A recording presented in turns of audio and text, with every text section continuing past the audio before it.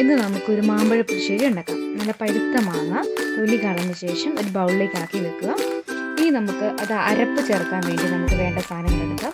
കുറച്ച് തേങ്ങ, ഒരു 2-3 പച്ചമുളക്, ചുമന്നുള്ളി, വറ്റൽമുളകും, വെളുത്തുള്ളി, ജീരകവും, മഞ്ഞപ്പൊടിയായിട്ട് ഒരു ചെറിയ മിക്സിയുടെ ജാറിലേക്ക് നമ്മളിത് നന്നായിട്ട് ഇട്ട് ഇന്ന് ഒരല്പം വെള്ളം ഒരു തുള്ളു വെള്ളം ഒഴിച്ച് നമ്മളിതൊന്ന് അരച്ചെടുത്ത ഇത് മാറ്റി വയ്ക്കുമ്പോൾ ഒരു ചെറിയ ചട്ടിയിലേക്ക് നമുക്ക് ഈ എടുത്ത മാങ്ങ നമുക്കൊന്ന് തിളപ്പിക്കാം.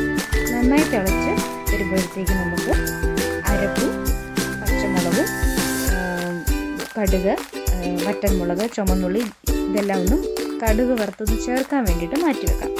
നമ്മൾ അതിനുശേഷം ഒരു പാനിലേക്ക് ഗ്യാസിലേക്ക് ഒരു പാൻ വെക്കുക. പാനിലേക്ക് അല്പം വെളിച്ചെണ്ണ ഒഴിക്കുക. വെളിച്ചെണ്ണ ഒഴിച്ച ശേഷം ആ വെളിച്ചെണ്ണ ഒന്ന് ജസ്റ്റ് ചൂടായി വരുമ്പോഴത്തേന് നമുക്ക് 2 കടുക് ഇങ്ങോട്ടിട്ട് പൊട്ടിക്കും. വെളുത്തുള്ളി, വറ്റൽമുളക്, ചുമന്നുള്ളി എല്ലാം കൂടി ഇട്ട് ഒന്ന് മൂത്ത് വരുമ്പോഴത്തേന് നമ്മൾ ചേർത്ത് വെച്ച ഈ അരപ്പ് അതിലേക്കിട്ട് നന്നായിട്ട് യോജിപ്പിച്ച് ഇളക്കുക. ഇങ്ങനെ നന്നായി ഇളക്കിയ ശേഷം എല്ലാം ഒന്ന് കൂടി യോജിക്കാൻ വേണ്ടി ഒരു 10 മിനിറ്റത്തേക്ക് നമ്മളിങ്ങനെ ഇളക്കിച്ച് തന്നെ ഇളക്കിക്കൊണ്ടിരിക്കും.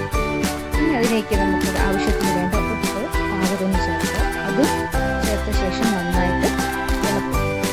ഇങ്ങനെ ഇളക്കി ജസ്റ്റ് ഒന്ന് തിളച്ച് വരുമ്പോഴത്തേക്ക് നമ്മൾ ആദ്യം പുഴുങ്ങി വെച്ചിരിക്കുന്ന മാമ്പഴം എടുത്തിടുക.